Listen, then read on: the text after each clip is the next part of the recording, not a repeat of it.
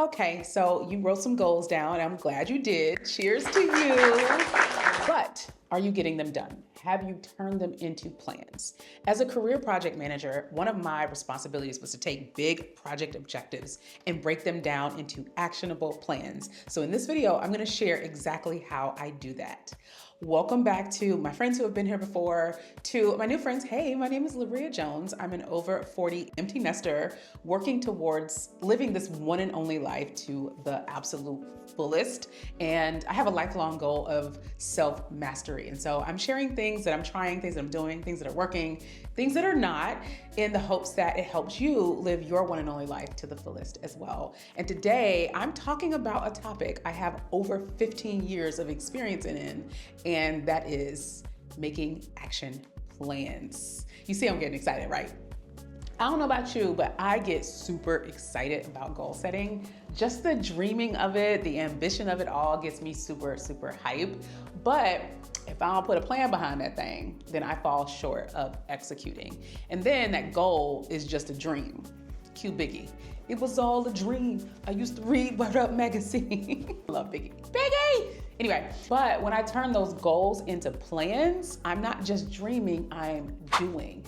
And I don't know about you, but I plan on doing some things in 2025, okay? Let me show you how exactly I do this step by step. The first thing that I'm gonna do to take these goals and make them manageable and turn them into action plans is I'm going to kind of break down the actions. I'm gonna take a goal and I'll say, what do I need to do to achieve this goal? One of the things that I believe I want to do for 2025 is to create a community that's centered around goal getting and personal development. And so if that's going on my goal list for 2025, I want to break that down into what are the things that I need to do to make that community happen. I've got to create content for the community. I've got to create templates that we're all going to work from in that community. I've got to figure out what platform I'm going to put that community on. I've got to sign up for that platform and set the platform up. Then I've got to go ahead and define what the cadences are for the community. How often are we gonna post? Am I gonna do a live? Are we gonna do co-working sessions? Things like that. And then I've also got to figure out how to market the group and how to get people set up and in the group, so doing all the administrative tasks. So these are just high level things that I know I would need to do as action steps for that goal. So one of the things you wanna do is think about, for each of these goals, what are the things that you need to do and what are the actions that you need to take to complete these goals. And I actually put this in my Notion template for all of my goals. I put kind of some high level action tips because I tend to get very, very, very detailed when it comes to creating plans and creating project plans for my goals. You don't necessarily have to be at that level of detail. Of course, I am a career project manager, so I'm real extra with it. But at least understanding and knowing what are some of the actions that you need to take, because we're gonna talk a little bit about how you schedule those out and plan for those as well. For now, I just wanna call out that step one is to take each of those goals and figure out what are the actions you need to take to actually meet those goals. The next thing that I try to figure out for each of my goals is it going to make me money? Is it going to cost me money? Or do I need to learn something to hit this goal? So that kind of clarifies for me if there's some additional planning that I need to do. For instance, if it's going to cost me money, I might need to make a financial plan to save up for that goal as well. For example, one of my goals for 2025 is to get another investment property. And so I've got to also do some financial planning around how I'm going to be able to afford that. Is that something I'm saving up for? Am I going to sell one of my properties to do that? Am I going to get a home equity loan? Either way, there's some additional financial planning that I need to do to get to that goal. So I like to figure out, is this goal gonna make me money? Is it gonna cost me money? Or is there something that I need to learn? Do I need to sign up for a course? Do I need to find a coach? Is there something else that I need to do to reach this goal that is going to cost me? Because if I gotta take a course, that is also going to cost me money. The next thing that I like to do for my goals is to set dates and milestones. I think this is so important. It's so important because this is a level of like taking your goals seriously, giving yourself deadlines and dates and milestones. And some of your goals will have automatic deadlines and dates, right? So if I have a goal of throwing myself a birthday party this year, pretty much gonna be around my birthday. So I already get that. So I also need to think about what are the milestones that I need to hit to make sure that that happens. I need to have a location or event venue booked by X date. So those are some of the things that I would put on my calendar. Now, some of your milestones, some of the goals and milestones are gonna be set by you. You're gonna come up with them on your own. It could be anything like, I want to have finished a course by the end of Q1. Well, if that's something you want to do, then you now have the roadmap to say, okay, well, this has to be done by Q1, and this course is, I don't know, 12 modules, so I need to finish one module every week. Or I want to take the PMP certification by July 1st of this year, the project management certification by July 1st of this year. And so you know that you need to build out a study plan that's going to get you to taking the test before July 1st. Or maybe you want to buffer in some time in case you have to take the test a second time, right? So some of these milestones are going to be set by you, but the good thing about setting the milestones and setting dates is it helps you really kind of be clear on all the little things that you need to do leading up to that goal. And it can identify that some of your goals and the timeframes that you're trying to get them done in is unrealistic. For example, one of the things that I've been saying I want to do is host a mid-year retreat for people to come together and kind of look at our goals for the year, assess our goals for the year, see where they are, and then make adjustments for the remainder of the year.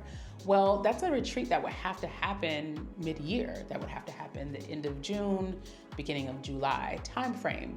That really only gives 6 months for people to buy into that. And I usually like to give people at least 6 months to buy into a trip, especially if it's gonna be out of the country, because you need time to book flights and make plans and all that stuff. And so I've been telling myself I'm gonna do this for 2025, but when I'm setting the dates and setting the milestones and the deadlines, I'm like, well, maybe this is not feasible if I wanna give people 6 months to pay for it. Or if I'm gonna do it, I better figure this out over the next 2 weeks and release it January 1st so that people can actually pay for it. So that's something that kind of identifies and helps you uncover if you're being slightly unrealistic, which I do from time to time. Don't mind me. Those are the two of the main things that I'm gonna do to turn goals into action plans. It's break them down into actual action steps, identify what needs to get done. Does this cost money? Is this gonna make money? Do I need to learn something? Are there other people that I need to get involved in this goal? Is there someone else that I need to contact? Is there a mentor I need? Is there someone I need to collaborate with? So I'm really thinking about, how am I really going to reach this goal? That's what I like about this exercise. In previous exercise, we did the work to make sure the goal was relevant and important to us. And in this exercise, we're doing the work to be honest about how we're going to get it done.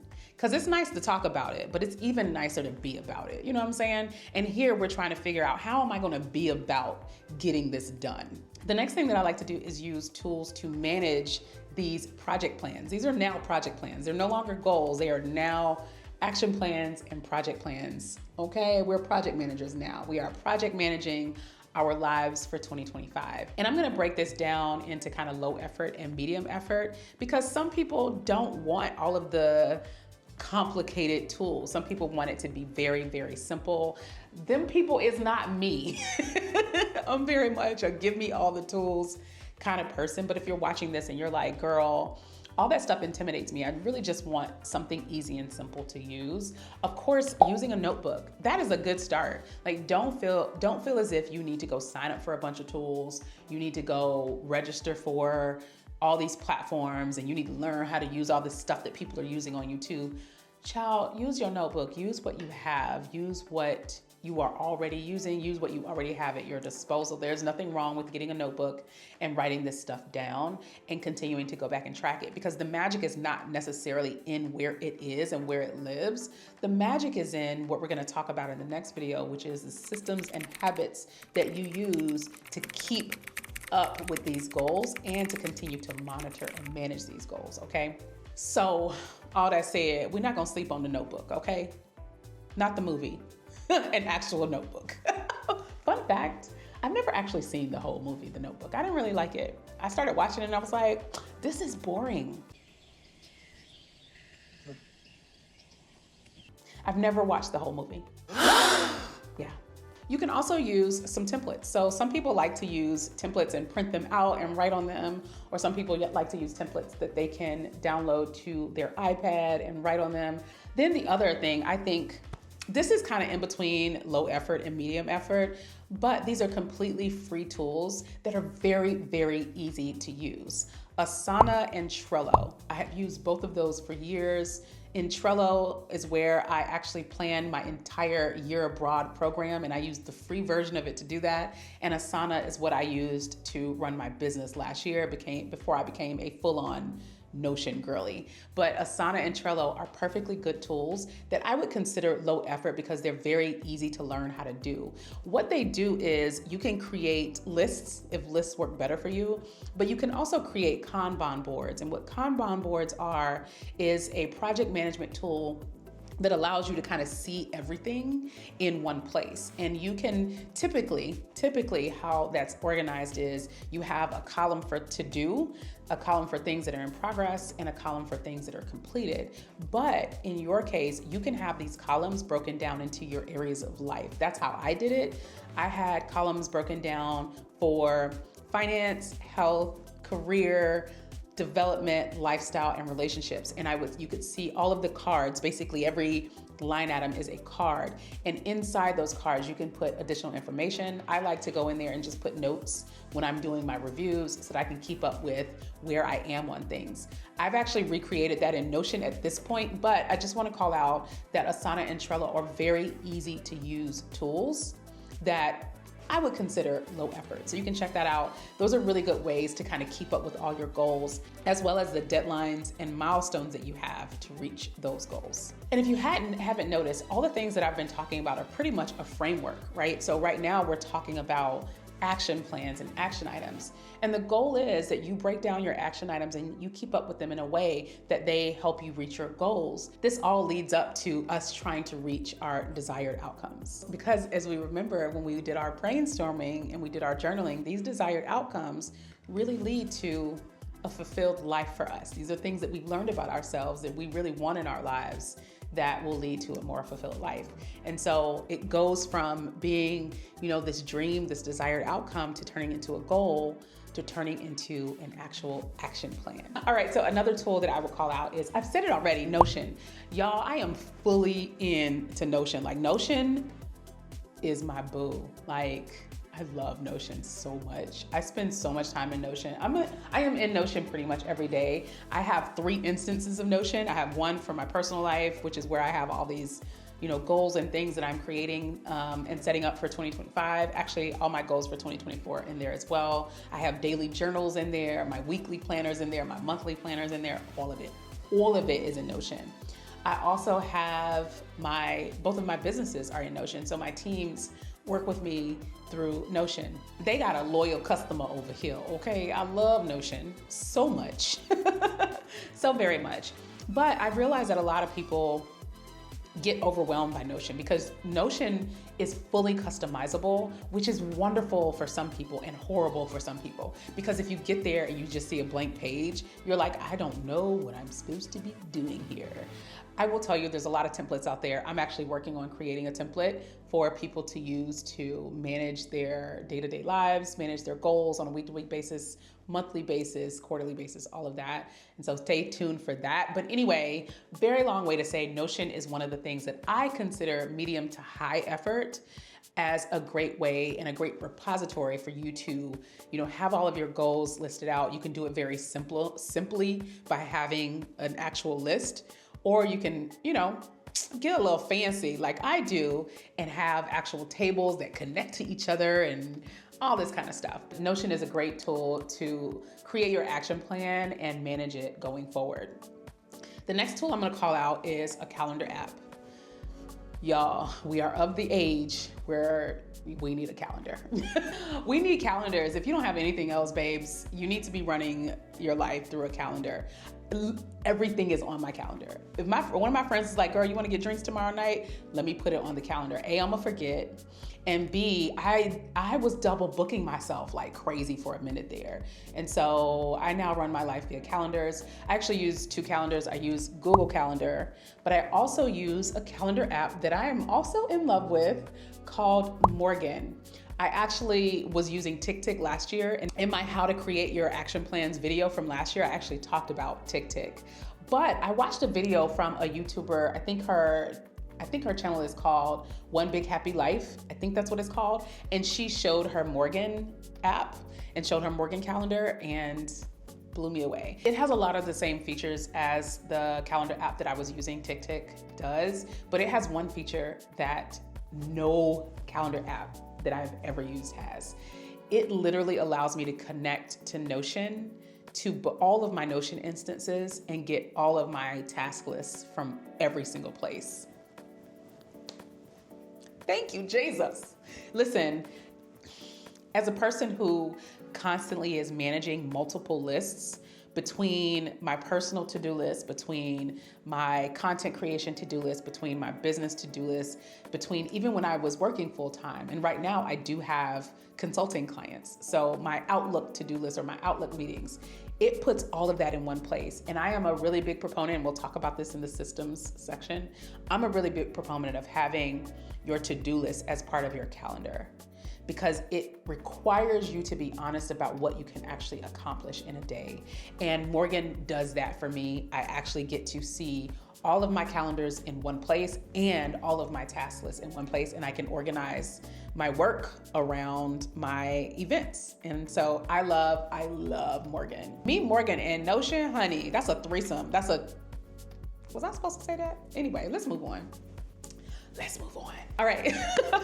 So definitely use a calendar app. Google Calendar, obviously, I feel like is the baseline to have. You need to have your kids' activities on there. You need to have your birthdays on there. You need to have your events, and you definitely should have your milestones for your tasks on there as well. And Morgan, I think, is a great add-on. That is the calendar I actually use more often than Google Calendar. I'm gonna do a whole video on Morgan because I can see now that I'm going down a rabbit hole. It's fine. I'm gonna do a video on Morgan. But anyway, don't get overwhelmed by the tools. Don't try to go too crazy with the tools, because the tools are not the things that are going to get you to the goals. It's you. It's you having an action plan and then following and executing that action plan, all right? So the tools are just to help you get there. But if you find that you are playing around with too many tools or you're spending too much time on the tools, then the tools are actually hindering you from taking action. The tools are actually hindering you from creating the action plan and executing on that. As a reminder, your goal is not to implement tools. Your goal is to hit your goals. All right, so however you do that, even if it's just a notebook, don't get overwhelmed by the tools. Don't get overwhelmed by all the shiny things. Don't be like me. Don't be like me, okay?